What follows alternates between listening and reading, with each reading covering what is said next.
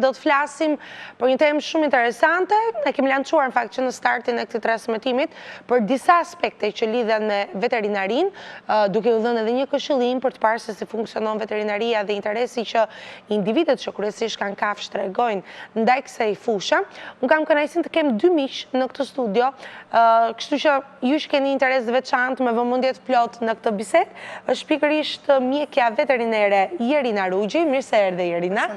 Kënaqësi që të kam në studio, dhe Kalem Ymeralej, student në veterinari, por nuk mbetet pas. Mirë se erdhe, Kalem.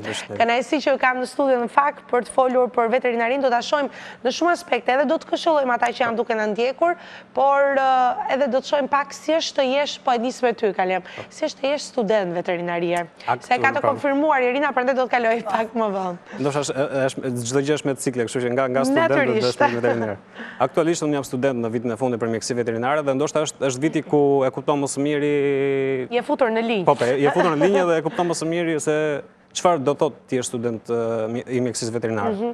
Të jesh student i mjekësisë veterinare do thotë të jesh një student jashtëzakonisht shumë i motivuar, i përkushtuar ndaj këtij profesioni. Është profesion i vështirë, edhe student kërkon impenjim jashtëzakonisht, impenjim me orë të gjata. Pra të duhet të mësosh mirë. Të duhet të mësosh shumë sepse është. Do të thonë ke titullin mjek, pavarësisht se bëhet fjalë për kafshën. Duhen studime me orë të gjata.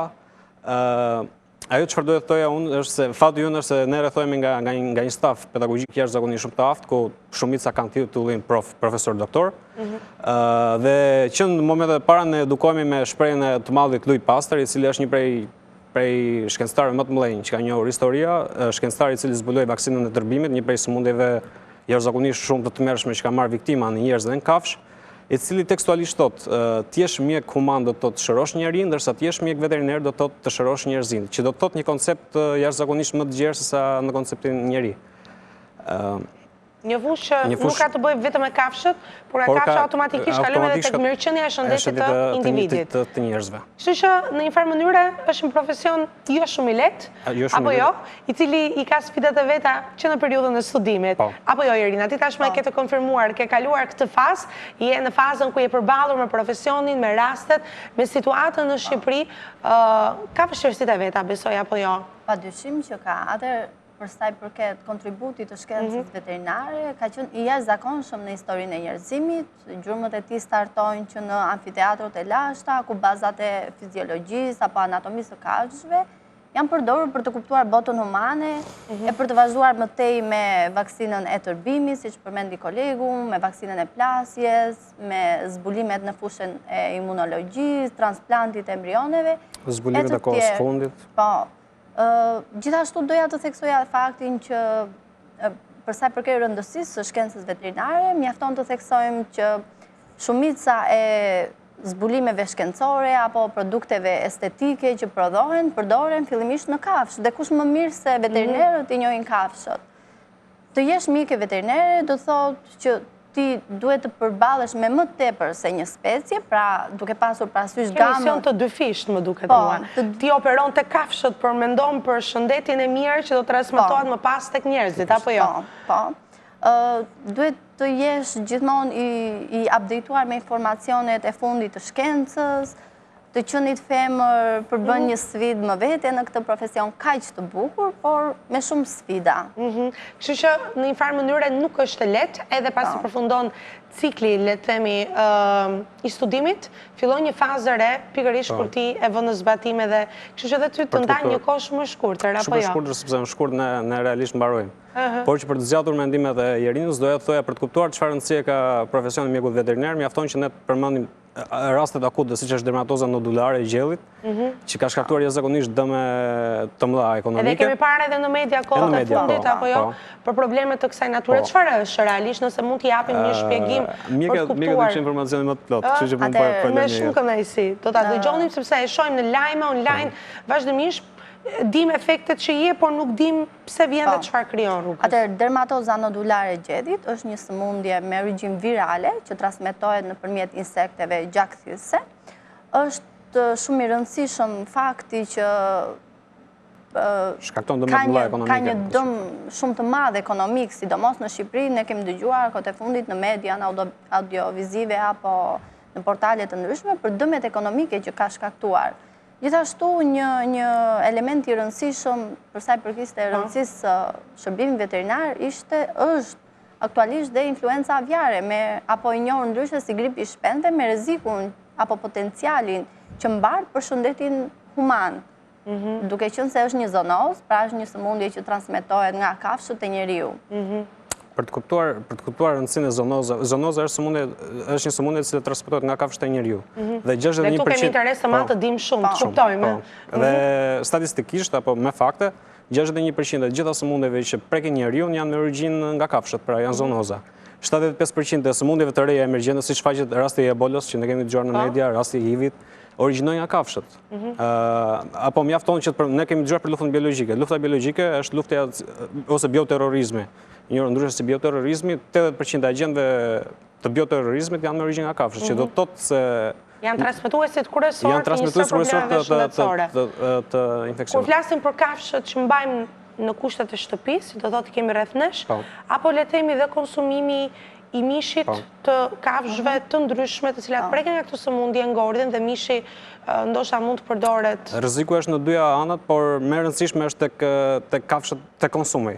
Kryesisht është të konsumi për arsye sepse ose njohur ndryshe si siguria ushqimore. Kjo është një prej komponenteve që monitoron veterinari. Siguria ushqimore, sepse ne jemi tek e fundit, ne jemi çfarë ham. Natyrisht. Ne jemi çfarë mendojmë, por jemi edhe çfarë ham.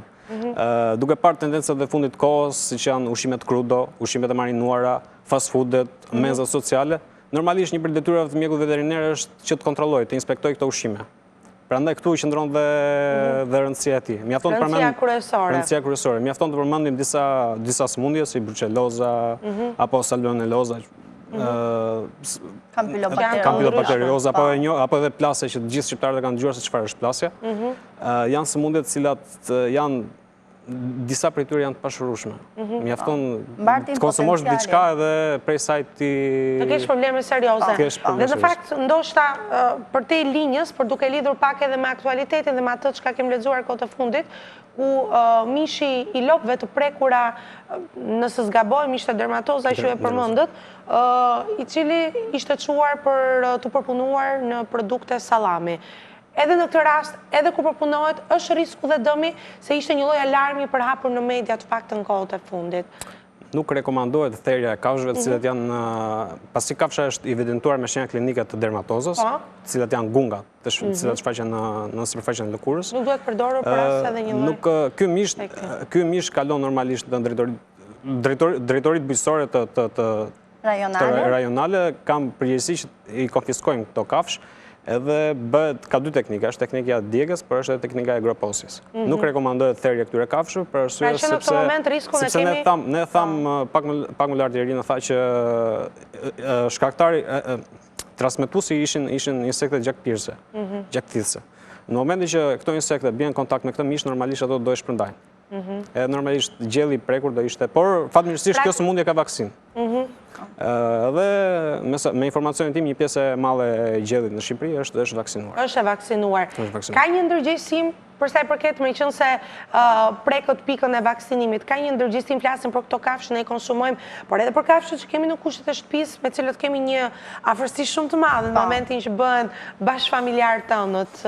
Çfarë ndodh me vaksinimin dhe ndërgjegjësimin në këtë aspekt në Shqipëri? Duke qenë se unë aktualisht punoj në një klinikë veterinare, doja të theksoja faktin që realisht ka një ndërgjegjësim të popullsisë për sa i përket pjesës së vaksinimeve dhe trajtimeve antiparazitare. Po filloj fillimisht me pjesën e kafshëve të shoqërimit, apo ato që quhen ndryshe kafshët e luksit, kafshët e qejfit. Njerëzit realisht janë shumë të interesuar për skemat e vaksinimit, duke filluar me vaksinat polivalente, një rëndësi e veçantë ka vaksina e tërbimit dhe jo vetëm. Të bëhen me një rregull kohor që do thotë janë të mirë instruktuar, po themi personat dhe din mjaft mirë periudhën që duhet të ndjekin apo jo të vaksinimit. Në përgjithësi, një kafshëmbajtës është i informuar që duhet të ndjekë një skem të caktuar vaksinimi, po jo sipas asaj rregullores përkatëse. Dhe këtu jemi ne, mjekët veterinarë, që bëjmë një sqarim se si duhet të funksionojë i gjithë ky proces. Unë doja të theksoja edhe, do me thëmë përveç kafshëve të shoqërimit, edhe kafshët e konsumit, apo ato që një ndryshe si kafshët bujësore, Edhe në këtë pikë ne shikojmë që fermerët janë goxhat të interesuar, goxhat të informuar për sa i përket pjesës së vaksinimit apo trajtimeve për parazit brendshëm, parazit të jashtëm. Pra nuk neglizhojnë, apo jo se tek fermerët është edhe pjesa më e rëndësishme, meqense lidhet edhe me sigurinë ushqimore dhe konsumin që ne kemi. Kështu që ne mund të kemi siguri pra në pjesën më të madhe të rasteve, se ka një dilemë shumë të madhe që diskutohet në media në këtë aspekt. Atëherë, personalisht mendoj që deri diku kemi siguri dhe personalisht më ka ndodhur që të shikoj individ mjaft të interesuar, njerëz goxhat të ndërgjegjësuar. Por ka dhe inspektime të vazhdueshme deri diku, siç është realiteti shqiptar. Por ka dhe raste flagrante. Por ka dhe raste flagrante. Të cilat në një farë mënyrë edhe mund të mos identifikohen në kohë. One Health, One Medicine, mungesa e bashkëpunimit në këtë pikë.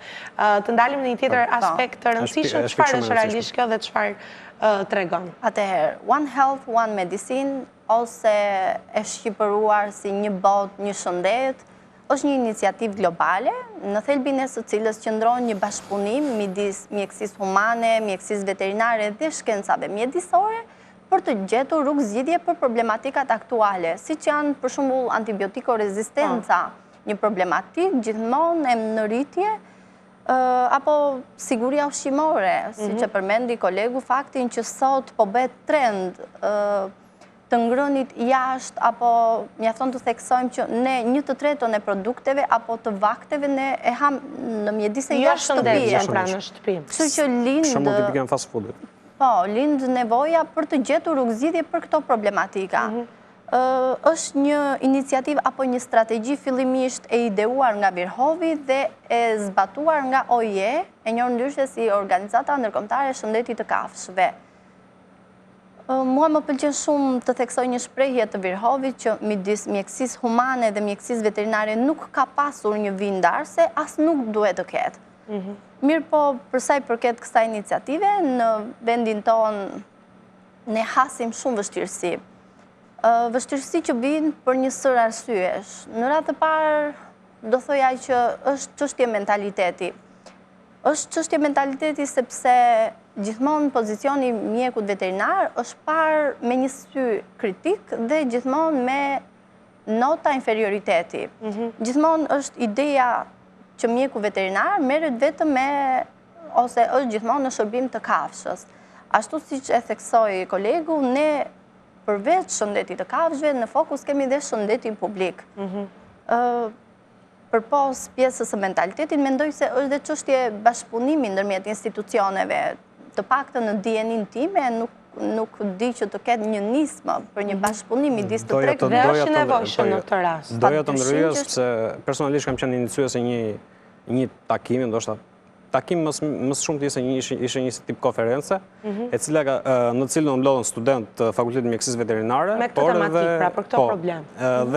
Dhe studentë të Fakultetit Mjekësisë, ku ishin të ftuar dy ndër mikrobiologët më të mirë që ne kemi në Shqipëri, një pedagog pranë Fakultetit Mjekësisë dhe një pedagoge pranë Fakultetit të Mjekësisë Veterinare, ku diskutua gjerësisht për sa i përket problemit të antibiotiko-rezistencës, sepse edhe antibiotiko-rezistenca krahas sigurisë ushqimore dhe problemeve tjera zoonozave, siç përmendëm më lart, është një problem aktual që prek edhe njerëzit, por edhe kafshët. Ka abuzim momentalisht me këtë fakt? Ka abuzime. Ka abuzime edhe keni kthyer në tematikën. Prandaj edhe u diskutua gjëra gjatë. Besoj se pati impulse pozitive. Okej, mendoj që është e rëndësishme një nismë studentore, por nuk mendoj që është e mjaftueshme, sepse unë mendoj apo dëshiroj që të ketë një bashkëpunim ndërmjet institucioneve, sepse pra të ketë reagim institucional, ajo është në fundit qëllimi kryesor për të ndryshuar gjërat. Dhe nuk ka në këtë rast? Në dijenin time, jo. Të paktën në Shqipëri, jo. Duke qenë pjesë e këtij profesioni, do të ishe informuar. Jo, është çështja e mentalitetit që indikon këto raporte, ndoshta. Cilat janë realisht sfidat e veterinarisë po ta shohim këtu brenda terrenit shqiptar? Atëherë, unë do thoja që përveç atyre që unë përmenda që në hyrje të bisedës sonë, siç ishte të punuarit me shumë specie, apo vështirësia në diagnozë, sepse duhet të ketë parasysh që ne punojmë me individ të cilët nuk mund të na tregojnë ne se kam një dhimbje në një pjesë të caktuar apo kam një problem në një pjesë të caktuar të trupit. Kjo është ka një body language, flas me body language, por nuk komunikojnë. Realisht është një sfidë. Midis tyre ka dhe një sër sfidash të tjera. duke qenë se unë punoj në klinik, shikoj që ka vërtet një munges bashkëpunimi në institucionet të administratës. Pra realisht kemi një kakofoni. Përveç kësaj, shikojmë që pagesat e mjekëve veterinar janë më të ultat në rajon, krahasuar me vendet të tjera të rajonit. Ka një mos vëmendje kundrejt këtij profesioni në tërësi, apo jo? Do theksoja dhe faktin që mosha e veterinerëve në administratën publike është realisht e lartë. Dhe kjo lidhet në mënyrë të drejtë me faktin që veterinerët duhet të jenë gjithkohën të updateuar me informacionet e fundit të shkencës. Tereni po ashtu përbën një sfidë më vete, veçanërisht për veterinerët që punojnë në praktikën private. Shpeshherë, personalisht, më ka ndeshur që të takohem me individ të cilët luajnë pozicionin e veterinerit dhe këta janë agronom, zooteknik, madje dhe oficer policie apo ushtrie. Që fati ka përballur ndoshta me një informacion të përgjithshëm, pra ka dhe abuzim brenda llojit, brenda tregut, apo jo. Megjithatë, duhet ketë një lloj, le të themi, rregullatori që në këtë rast është shteti, apo jo, për të sistemuar edhe për të dhënë pozicionin e gjithsecilit, apo jo. Pra, roli veterinerit nuk shihet me vlerën që meriton, në këtë konkluzion dalim, apo jo. Realisht shikojmë një shërbim veterinar të keq organizuar. Sepse shikojmë një mosndarje të qartë kompetencash midis veterinerëve privat, veterinerëve që janë të punësuar në drejtoritë e bujqësisë, në AKU, apo veterinerëve. Mos funksionimi i laboratorëve është dhe kjo, po, është dhe një mos eficienca e laboratorëve rajonal. Është një problem tjetër. Që është një problematikë në vete. Pra ka shumë probleme në vetvete. Sfidat të cilat besoj ndjeni që tani ende pa dalë në krye të profesionit? Jo, në fakultet kemi disa, edhe fakulteti si çdo institucion ka sfidat e tij.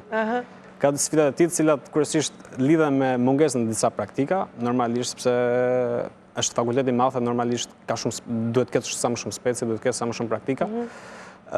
Por ndihesh mirë sepse jo më larg se para një muaji ne kishim 65 vjetorin në fakultetin mjekësisë, 65 vjetorin e Universitetit Bujqësor të Tiranës, ku nga rektori i universitetit u paraqit plani i rindërtimit, po e them mund thonjza, të Universitetit Bujqësor të Tiranës, ku ndishe mirë, shikoj atë realitet që unë shpresoj se do bëhet. Ku për veterinarinë përfshihesh një spital gjigant, i cili ishte me interes për ku mjekojnë çdo specie. Në fakt kjo është që nevojë. Mendosh ekzistenca të paktën nëse shohim në vende të ndryshme përtej kufive të Shqipërisë, të paktën një spital është minimumi apo jo i nevojshëm apo jo. Duket një koncept që nuk ka ekzistuar. Çdo fakultet ka në vendet e zhvilluara çdo fakultet ka spitalin e tij veterinar. Por, normalisht, madje të them një kuriozitet, në Vjenë është Universiteti i Vjenës. Nuk kemi fakultet Vjenë, por kemi Universitet i Veterinarisë Vjenës. Edhe është, ndërsa, për një kuriozitet tjetër është edhe Ministria e Shëndetësisë, veterinaria, pjesa e veterinarisë, drejtoria e veterinarisë, nuk është pjesë e drejtorisë bujqësisë në Itali, por është pjesë e Ministrisë së Shëndetësisë. Për interes të atyre që ne parapërim dhe kjo tregon interesin e madh dhe vëmendjen e madhe që vetë institucionet shtetërore dhe vetë shteti kanë kundrejt këtij profesioni, apo jo. Po edhe në Shqipëri një profesion goxha i vjetër, po themi, duke parë edhe historikun e universitetit dhe duket se nuk ka patur, le themi, vëmendjen e duhur. Është për të ardhur disi keq. Megjithatë, është një profesion, Irina, që e ke dashur para se të përfshihesh në këtë universitet, apo rastësia të çojë aty dhe më pas u përfshive dhe arritet të dalësh suksesshëm? Në fakt, unë nuk jam rastësisht në veterinari, unë vi nga një familje me një pjesëtar veteriner, i matë është veteriner. Pas ke të trashëguar, në me thë? Deri diku është i trashëguar. Përpos pjesës dashurisë për kafshët, i matë ka qenë një shtys kryesore drejt këtij profesioni.